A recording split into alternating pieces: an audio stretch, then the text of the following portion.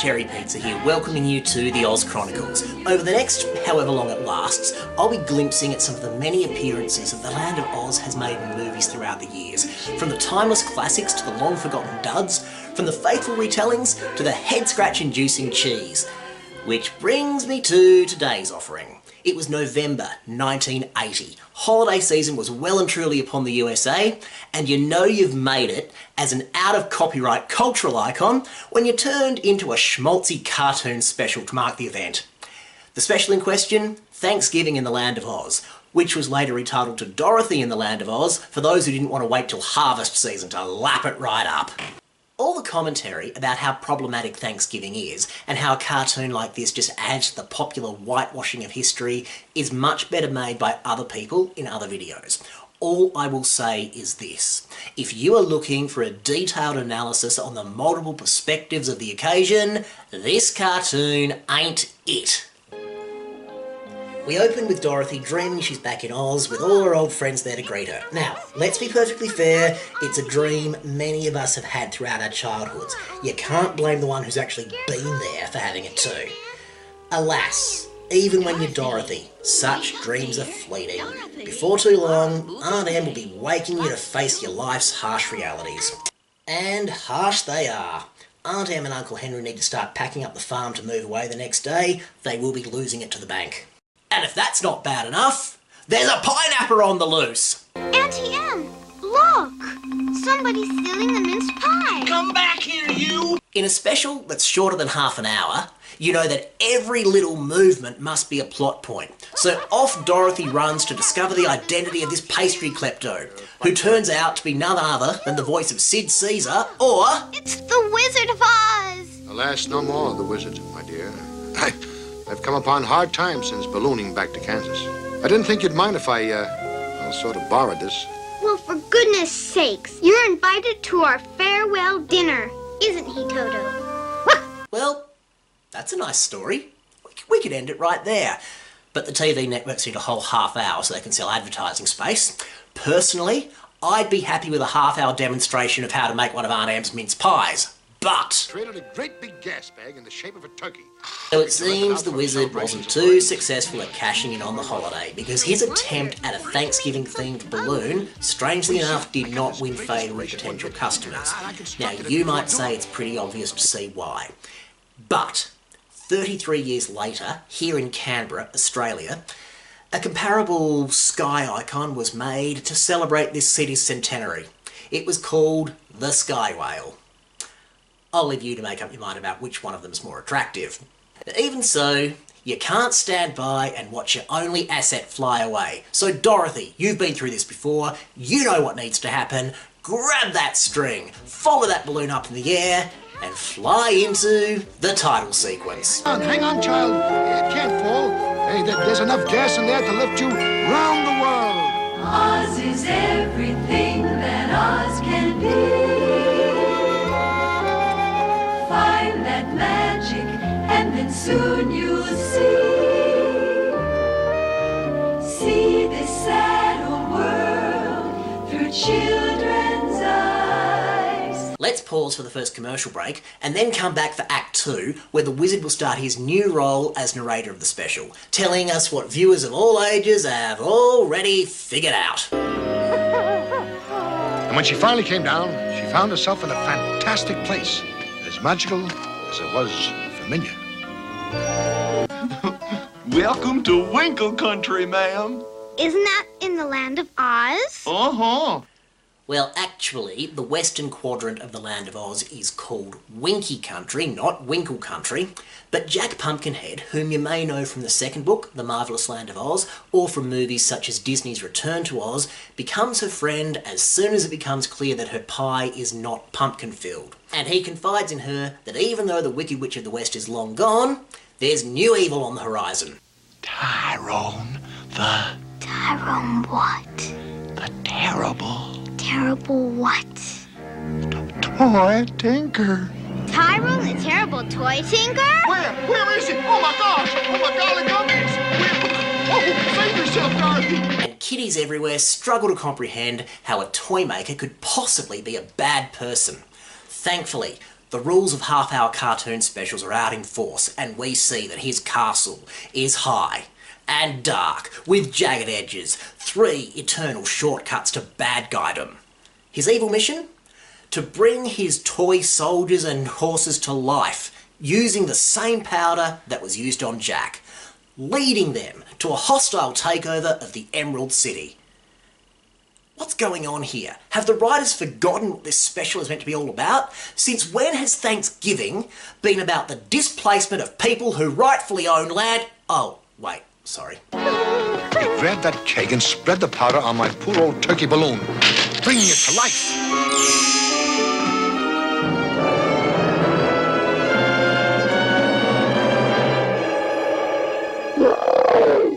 Nay, bird, I brought you to life.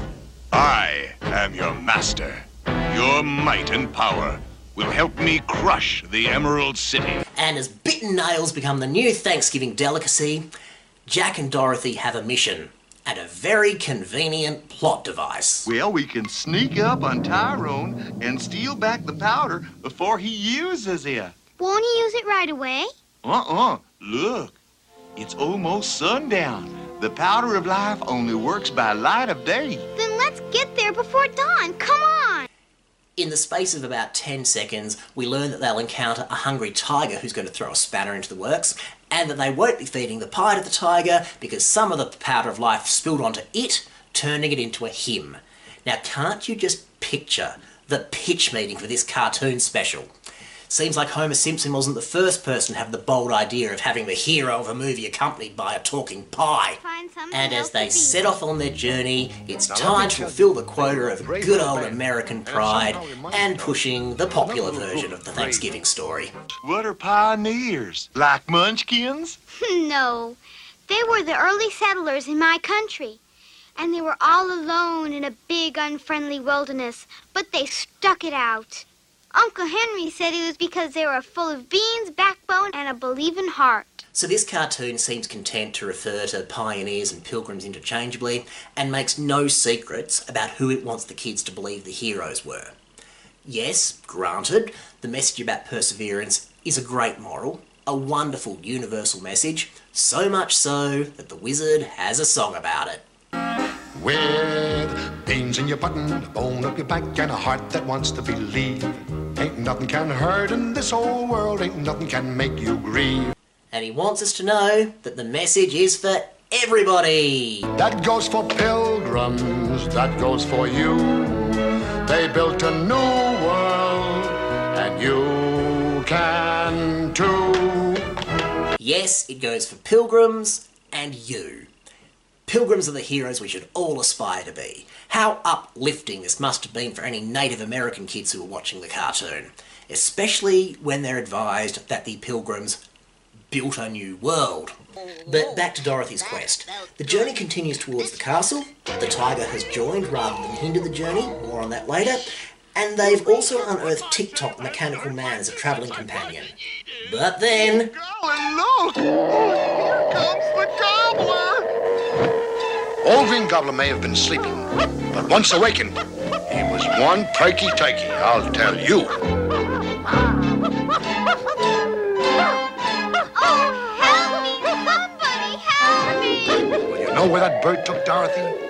Right into the clutches of Tyrone, the terrible toy tinker. With just 6 minutes remaining, Dorothy again knows just what the cartoon requires of her. Anyone who's watched a holiday special knows the magical plot-resolving powers of an innocent girl having a heart-to-heart with a baddie. You should be thankful you're a toy tinker who can create beautiful playthings to make kids happy. Instead, you try to make them slaves. Cease. Oh, cease, child. Do not remind me of what I might have been. I always wanted a nice little toy shop. My boyhood idol was Geppetto. But I took the wrong path.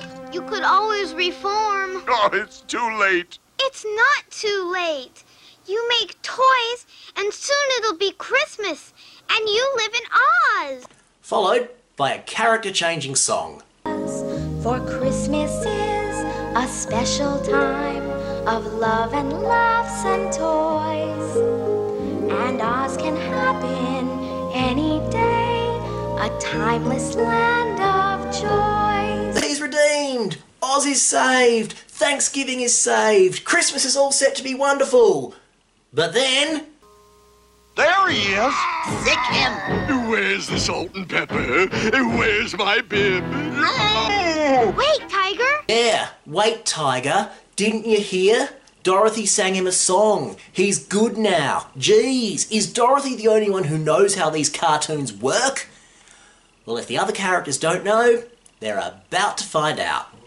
Step 1. The powder of life gets dropped over the edge of the castle, where it brings a volcano to life.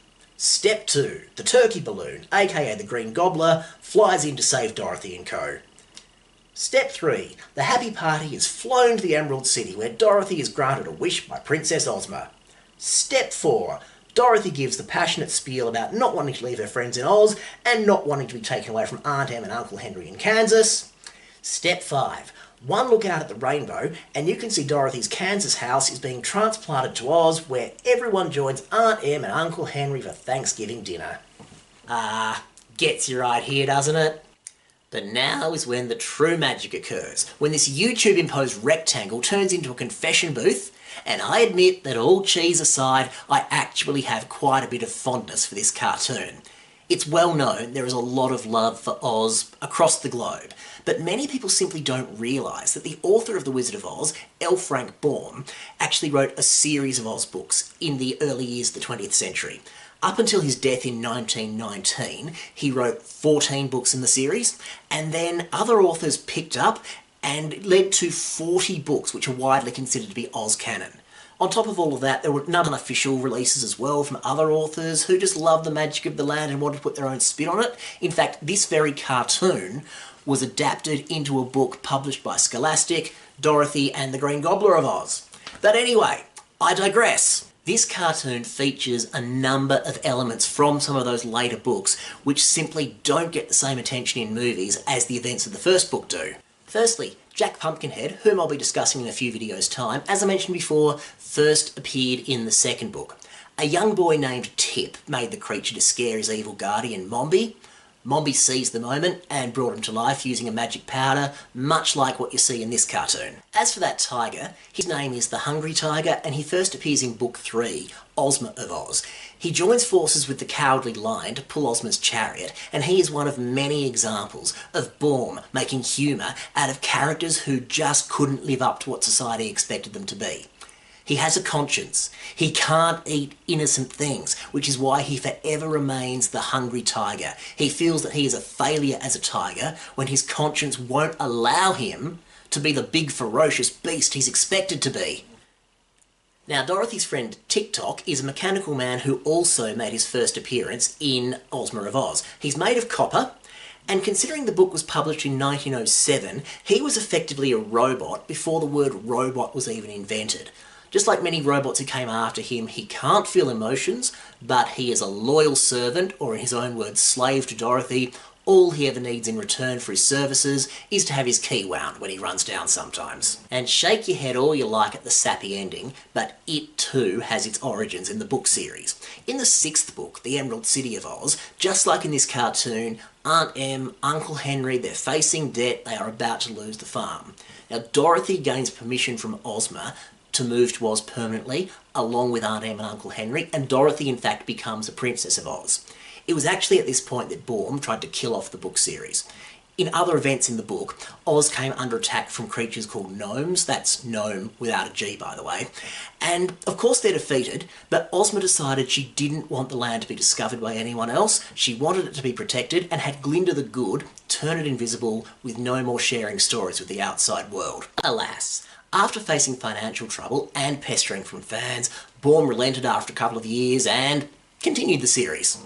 Finally, in Dorothy's dream at the start of the cartoon, we have glimpses of our old friends the Scarecrow, the Tin Woodman and the Cowardly Lion. Now, interestingly, for this cartoon, they are designed in a very similar way to the illustrations in the first book, which was the only book to be illustrated by W. W. Denslow.